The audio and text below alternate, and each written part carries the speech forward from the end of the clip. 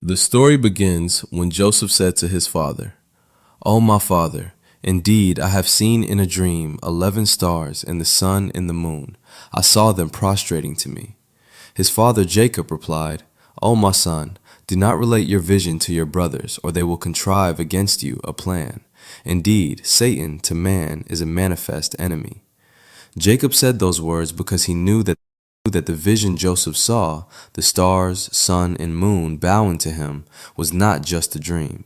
It was a divine prophecy that Joseph was chosen for greatness. He knew that his other sons already felt a sense of rivalry toward Joseph because of the special love Jacob had for him. Revealing such a high status would likely turn that simple envy into active hatred.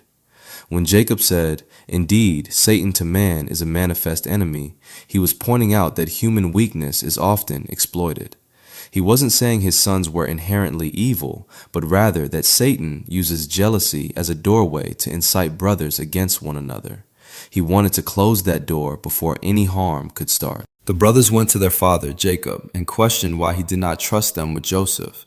They said, "O our father, why do you not trust us with Joseph, while indeed we are to him sincere counselors?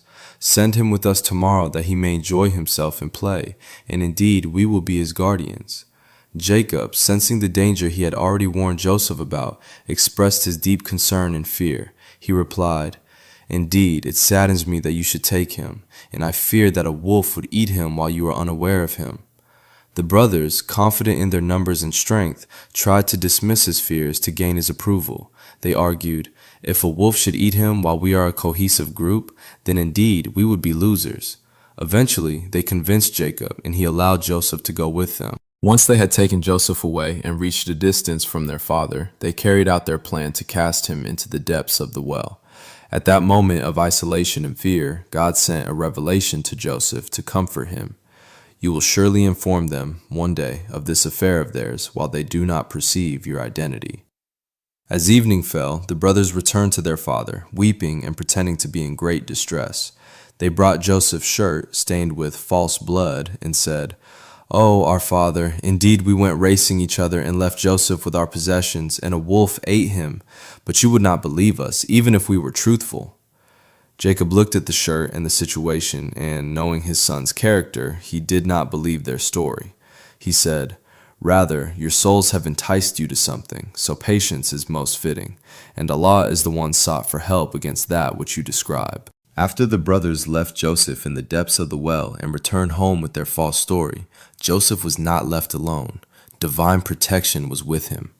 A caravan of travelers passing through the area stopped to seek water. They sent their water carrier to the well. As he lowered his bucket, Joseph took hold of it. When the man pulled the bucket up and saw the boy, he exclaimed, "Oh, good news! Here is a boy!" The travelers took him as merchandise to be sold. They eventually reached Egypt, where Joseph was sold for a very small price, a few silver coins. They regarded him as being of little value. The man who bought him in Egypt was a high-ranking official known as the Aziz. Recognizing that Joseph was no ordinary boy, he said to his wife, "Make his residence comfortable. Perhaps he will benefit us, or we will adopt him as a son." In this way, God established Joseph in the land of Egypt and began to teach him the interpretation of events. As Joseph grew and reached full maturity, God granted him wisdom and knowledge as he rewards those who do good.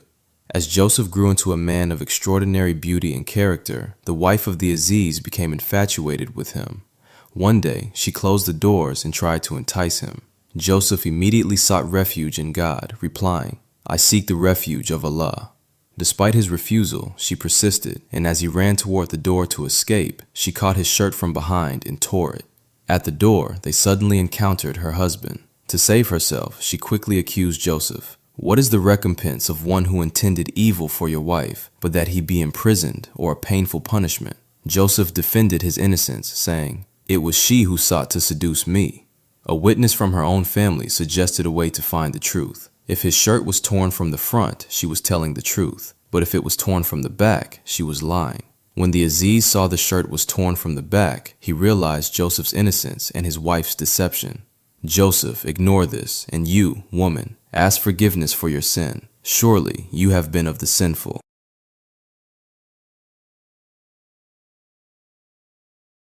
The news of what happened in the Aziz's house began to spread among the women of the city. They began to gossip and criticize the Aziz's wife. When she heard their malicious talk, she decided to show them why she had been so moved by Joseph's presence. She invited them to a banquet and gave each of them a knife to cut their food. Then she commanded Joseph, "Come out before them." When the women saw him, they were so struck by his beauty and presence that they became distracted and accidentally cut their own hands. They exclaimed, "Perfect is Allah! This is not a man, this is none but a noble angel." Taking advantage of their reaction, the Aziz's wife said, "That is the one about whom you blamed me, and I certainly sought to seduce him, but he firmly refused. And if he will not do what I order him, he will surely be imprisoned and will be of those debased." Joseph, finding himself in a position where he was being pressured to commit a sin, made a sincere prayer to God. "My Lord, prison is more to my liking than that to which they invite me. And if you do not avert from me their plan, I might incline toward them and thus be of the ignorant." In this verse, Joseph expresses his deep devotion to God by declaring that he would rather endure prison than fall into the sin the women were calling him to, acknowledging his human weakness and asking God to protect him from their schemes. For without God's help, he might incline toward them and become among the ignorant. And that admitting one's weakness before God is a true form of strength. God answered his prayer and turned away their plot. However, despite his proven innocence, the Aziz and his advisors decided it was politically better to imprison Joseph for a time to quiet the scandal. While Joseph was in prison, two young men were imprisoned with him, servants of the king. Both had dreams that troubled them. One said, "Indeed, I saw myself in a dream pressing wine." The other said, "Indeed, I saw myself carrying upon my head some bread from which the birds were eating." They asked Joseph to interpret these dreams because they recognized him as a man of virtue and excellence. Before interpreting their dreams, Joseph used the opportunity to call them to the worship of the one God. Then he gave them the interpretation. To the first he said he would be released in return to serve wine to the king. To the second he said he would be executed and birds would eat from his head. As the first man was being released, Joseph made a small human request. "Mention me before your lord, the king." However, Satan made the man forget to mention Joseph to the king, and so Joseph remained in prison for several more years. Years passed as Joseph remained in prison until a single dream by the king of Egypt changed everything. The king woke up troubled and summoned his advisor, saying, "Indeed, I have seen in a dream 7 fat cows being eaten by 7 lean ones, and 7 green spikes of grain and others that were dry. O eminent ones, explain to me my vision if you should interpret visions." The advisors, unable to find a meaning, dismissed it as a confused dream and claimed they did not know the interpretation of such things. At that moment, the man who had been in prison with Joseph and was now the king's cupbearer finally remembered. He said, "I will inform you of its interpretation, so send me forth." The man went to the prison and said, "Joseph, O man of truth, explain to us about 7 fat cows eaten by 7 lean ones, and 7 green spikes of grain and others that were dry, that I may return to the people. Perhaps they will know your worth." Joseph did not ask for his freedom first. Instead, he immediately provided the solution to save the nation from disaster. He said, "You will plant for 7 years consecutively, and what you harvest leave in its spikes, except a little from which you will eat. Then will come after those 7 difficult years, which will consume what you advanced, saved for them, except a little from which you will store." He added that after those 14 years, a year would come with abundant rain and people would press once again. When the king heard this brilliant and practical interpretation, he said, "Bring him to me." But when the messenger arrived at the prison, Joseph refused to leave until his name was cleared. He said, "Go back to your lord and ask him, what is the case of the women who cut their hands? Indeed, my lord is knowing of their plan." The king called the women, including the wife of the Aziz, and asked them, "What was your condition when you sought to seduce Joseph?" They replied, "Perfect is Allah. We know about him no evil." At this point, the wife of the Aziz finally confessed, "Now the truth has become evident. It was I who sought to seduce him, and indeed, he is of the truthful." Joseph explained that he insisted on this investigation so the Aziz would know he had not betrayed him in secret and that God does not guide the plan of betrayers. With his innocence proven and his wisdom established, the king said, "Bring him to me. I will appoint him exclusively for myself." When they spoke, the king was so impressed, he told Joseph, "Indeed, you are today established and trusted." Joseph, knowing he had the skills to manage the coming famine, made a request. "Appoint me over the storehouses of the land. Indeed, I am a knowing guardian." And so, God established Joseph in the land of Egypt, allowing him to settle wherever he wished.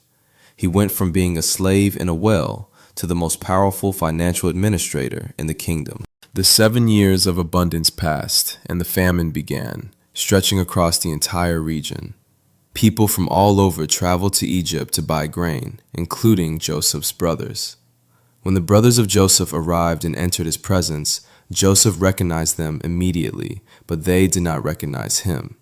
He provided them with their supplies, but noticed they had left one brother behind. He said to them, "Bring me a brother of yours from your father.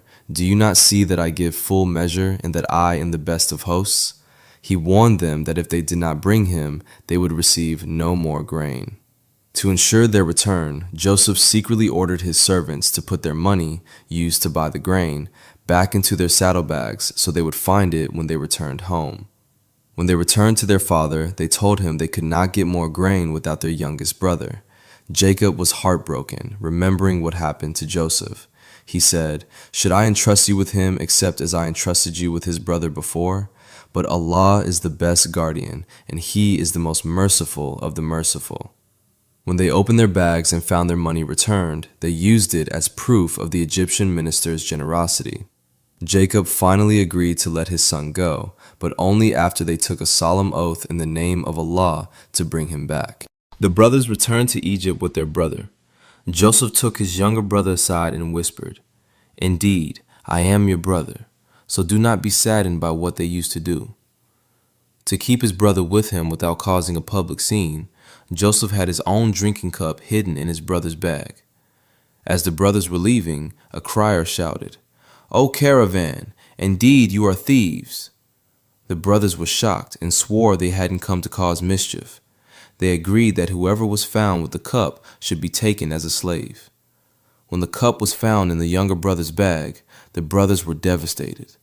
They tried to offer one of themselves in his place, saying, "O Aziz, indeed he has a father who is an old man, so take one of us in his place." Joseph refused, staying firm on the law they had agreed upon. The brothers returned to Jacob without their younger brother. Jacob's grief was so intense that his eyes turned white from crying, yet he never lost hope in Allah. He sent them back one last time to find Joseph and his brother. When they returned to Joseph, desperate and humble, they pleaded for mercy. Joseph decided it was time.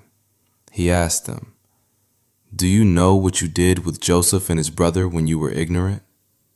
They gasped, realizing the truth. "Are you indeed Joseph?" they asked. He replied, "I am Joseph, and this is my brother. Allah has certainly favored us. Indeed, he who fears Allah and is patient, then indeed, Allah does not allow to be lost the reward of those who do good." The brothers admitted their sin, and Joseph, in an act of ultimate grace, said, "No blame will be upon you today. Allah will forgive you, and He is the most merciful." Joseph gave them his shirt and told them to cast it over their father's face so his sight would return. He told them to bring their entire family to Egypt. When they arrived, Joseph raised his parents upon the throne, and they all fell down before him in prostration. Joseph looked at his father and said, "O my father, this is the explanation of my vision of before. My Lord has made it reality."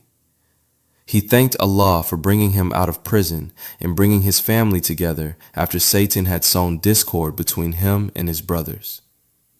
Betrayal by those closest to you is the heaviest burden, but Joseph's story teaches us that other people's treachery does not define your worth. Joseph was thrown into a well by his own flesh and blood, yet he didn't let their hatred turn him into a bitter person. Do not waste your life seeking revenge. Focus on your own growth and integrity. When he finally had the power to punish his brothers, he chose to say, "No blame will there be upon you today." True power is the ability to move forward without carrying the weight of others' sins. The Quran mentions sabrun jamil, beautiful patience. This is not just waiting. It is waiting with a heart that doesn't complain to people, but only to God. Joseph spent years in a well, then as a slave, then in a prison for a crime he didn't commit. His father, Jacob, cried until he lost his sight, yet neither of them lost hope. In our lives, patience is a muscle. It's the quiet strength that says, "I don't see the way out yet, but I trust the one who created the way." It is about maintaining your character while you are in the waiting room of life. Joseph's life is a series of unfortunate events that were actually essential steps to his greatness. If he hadn't been thrown in the well, he wouldn't have reached Egypt. If he hadn't been wrongly imprisoned, he wouldn't have met the king's servant. If the servant hadn't forgotten him for years, he wouldn't have been there at the exact moment the king had his dream. When life feels cruel, remember that you are in the middle of a chapter, not at the end of the book. The well you are in today might be the very thing that protects you from a worse fate or leads you to your throne tomorrow. No matter how dark the well or how narrow the prison cell, indeed, Allah does not allow to be lost the reward of those who do good. Keep being a good person even when the world is not being good to you. Sometimes life drops you into a dark place, not to bury you, but to plant you. You are a seed. The darkness you feel right now is the soil you need to grow into something magnificent. Everything will get better, not because the world changes, but because you are being prepared for a version of life you can't even imagine yet.